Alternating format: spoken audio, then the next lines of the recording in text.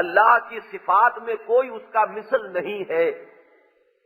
میں یہ خاص طور پر جملے اس طرح ادا کر رہا ہوں کہ آپ کو محسوس ہو جائے کہ یہ کچھ کسی چیز کا، کسی حقیقت کا اظہار ہے علمی انداز میں۔ اور توحید کا دوسرا رخ ہے توحید فی الطلب، مطلوب اور مقصود اور معبود صرف وہی ہو۔ تو در حقیقت جو پہلی آیت ہے الحمدللہ رب العالمین، یہ توحید فی العقیدہ یا علمی یا نظری توحید کے ضمن میں یہ اصل الاصول ہے، یہ جڑ ہے، یہ بنیاد ہے۔ اور ایاک نعبد یہ توحید کی طلب یا عملی توحید، اسی کی اطاعت ہوگی، مطاع مطلق صرف وہی ہے، اور سب کے لیے اطاعت بس اس کی اطاعت کے دائرے کے اندر اندر ہوگی۔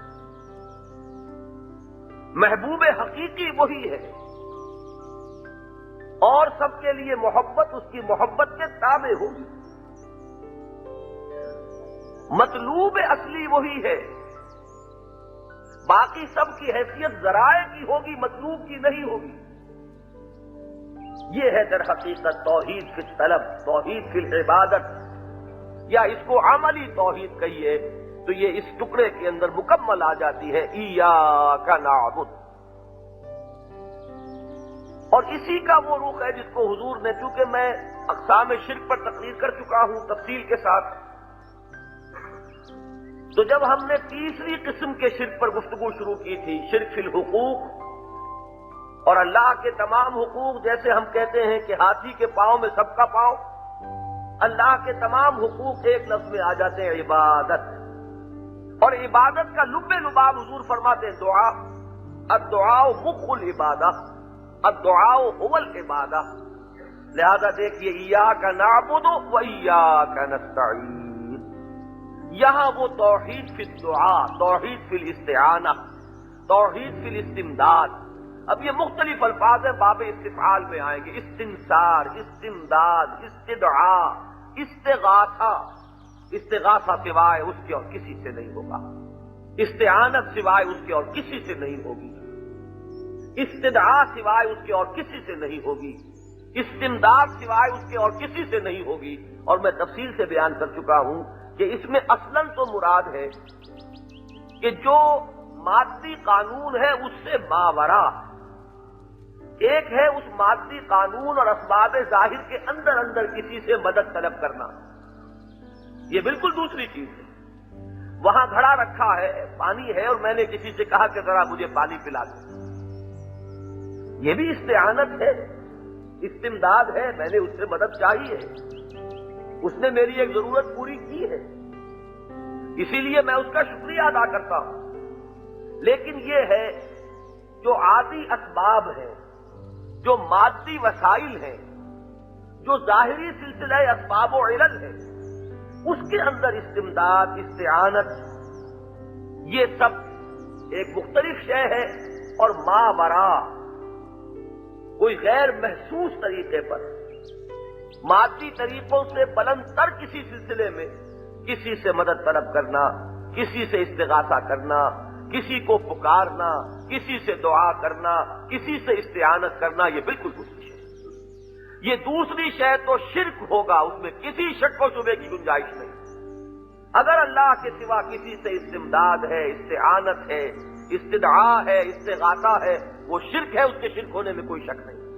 ہاں یہ جو ہے اسباب ظاہری کے اندر کسی سے مدد طلب کرنا، اس میں شرک خفی پیدا ہو سکتا ہے۔ اگر انسان کے ذہن پر یہ چیز مسلط ہو جائے کہ اس میں خود اپنی جگہ پر یہ طاقت موجود ہے کہ میری ضرورت پوری کر سکتا ہے، اگر یہ حقیقت ذہن سے اوجھل ہو جائے کہ لا حول ولا قوت الا باللہ، کسی میں کوئی طاقت نہیں ہے جب تک کہ اللہ کا اذن نہ ہو۔ میں نے اس سے کہا ہے کہ مجھے پانی پلا دے، یہ مجھے پانی پلا سکتا ہے تبھی جب اللہ چاہے گا، محض اپنے ارادے سے، اپنی طاقت سے یہ مجھے پانی بھی نہیں پلا سکتا۔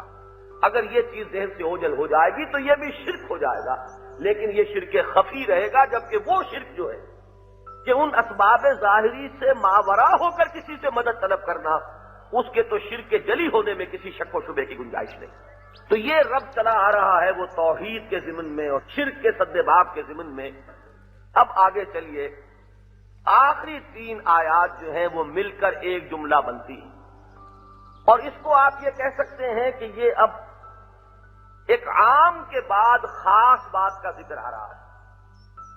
استعانت عام ہے، اے رب ہم تیری ہی مدد چاہتے ہیں۔ مدد تو ایک عام لفظ ہے، اس مدد کے اندر اہم ترین چیز جو ہے وہ یہ ہے کہ ہمیں ہدایت عطا فرما، اہدنا الصراط المستقیم۔ یہ استعانت کے بعد، عام لفظ کے بعد در حقیقت ایک خاص چیز کا ذکر ہو رہا ہے۔ ہم سب سے بڑھ کر جس چیز کے محتاج ہیں پروردگار، وہ ہدایت ہے۔ یہاں سب سے پہلا نقطہ تو یہ ذہن میں رکھیے، سورہ فاتحہ کی عظمت کو سامنے رکھتے ہوئے، کہ ایک بندہ رب کو اپنے رب کے حضور میں حاضری کی نعمت میسر آئی۔ یہ میری اور آپ کی نماز نہیں، ذرا اس وقت واقعتاً جو عبداللہ ہو، انی عبداللہ جو کہہ سکے، جو فی الواقع عبدہ ہو، عبد دیگر عبدہ چیزیں دیگر، ما سراپا انتظار و منتظر، اس کا تصور کیجئے وہ رب کے حضور میں حاضر ہے۔ اور اس وقت وہ حدیث لائیے ذہن میں کہ حضور نے فرمایا کہ الصلاۃ معراج المومنین، اس وقت وہ مانند معراج کی لذت سے فیض یاب ہے۔ یہاں پر دیکھیے کہ اس نے مانگا کیا ہے،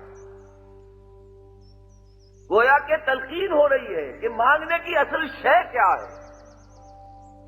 ایک ہے ہماری ذہنی سطح، دنیاوی نعمتیں طلب کریں گے۔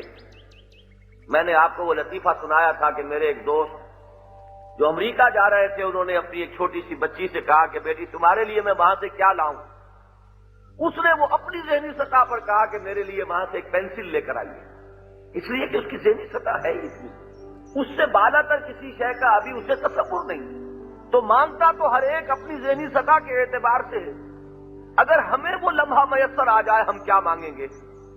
جس چیز کی ہماری نگاہ میں قدر و منزلت ہوگی، شاید دولت مانگیں، ثروت مانگیں، شہرت طلب کریں، دنیاوی حیثیت و وجاہت کا سوال کریں، دنیاوی غلبہ و اقتدار کی خواہش ظاہر کریں۔ یہاں تلقین ہو رہی ہے کہ مانگنے کی اصل شے ہدایت ہے۔ در حقیقت رہنمائی ہو رہی ہے کہ اس پوری کائنات میں کوئی نعمت نہیں ہے جب تک کہ اس کے ساتھ نعمت ہدایت نہ ہو۔ جنہیں تم نعمت سمجھے ہوئے ہو وہ تو موجب زحمت بن جائیں گی اگر ہدایت نہ ہو۔ دولت ہے، ہدایت نصیب نہیں ہے، اس دولت سے آپ کیا کریں گے؟ عیاشیاں کریں گے، بدماشیاں کریں گے، اس دولت کو لوگوں پر روب کاٹنے کا ذریعہ بنائیں گے۔ تو یہ دولت جو ہے یہ اب نعمت نہیں رہی، موجب زحمت ہے، موجب عذاب۔ اولاد ہے، ہدایت نہیں ہے، اولاد کو کیا بنا کر اٹھائیں گے؟ اولاد سرکش ہو کر اٹھے گی، خدا کی باغی بن کر اٹھے گی۔ یہ اولاد آپ کے لیے صدقہ جاریہ نہیں ہوگی، یہ آپ کے نامہ اعمال میں ہمیشہ ہمیش کے لیے گناہوں کے مزید اندراج کا ایک سبب اور ذریعہ بن جائے۔ معلوم ہوا کہ اولاد مجرد اولاد نعمت نہیں ہے۔ ہاں نعمت ہدایت ہو تو پھر اولاد بھی نعمت ہے۔ اتنی بڑی نعمت ہے کہ جلیل القدر پیغمبروں نے اس کے لیے دعائیں کی۔ حضرت زکریا نے دعا کی، حضرت ابراہیم نے دعا کی، اور جب ملے ہیں بیٹے اسماعیل اور اسحاق جیسے تو اس پر ہدیہ تشکر پیش کیا ہے۔ الحمدللہ الذی وہب لی علی الکبر اسماعیل و اسحاق ان ربی لسمیع الدعاء۔ یہ جو آخری ٹکڑا ہے اس آیت کا، اس سے ظاہر ہوتا ہے دعائیں مانگ مانگ کر یہ اولاد۔ تو اب اسی پر آپ قیاس کر لیجیے، جتنی نعمتیں ہیں وہ فی نفس ہی نعمت نہیں ہیں۔ ایک ہے اصل نعمت اور وہ نعمت ہدایت ہے۔ جو ہر چیز کو نعمت بنا دے گی، اور اگر وہ نہیں ہے تو ہر چیز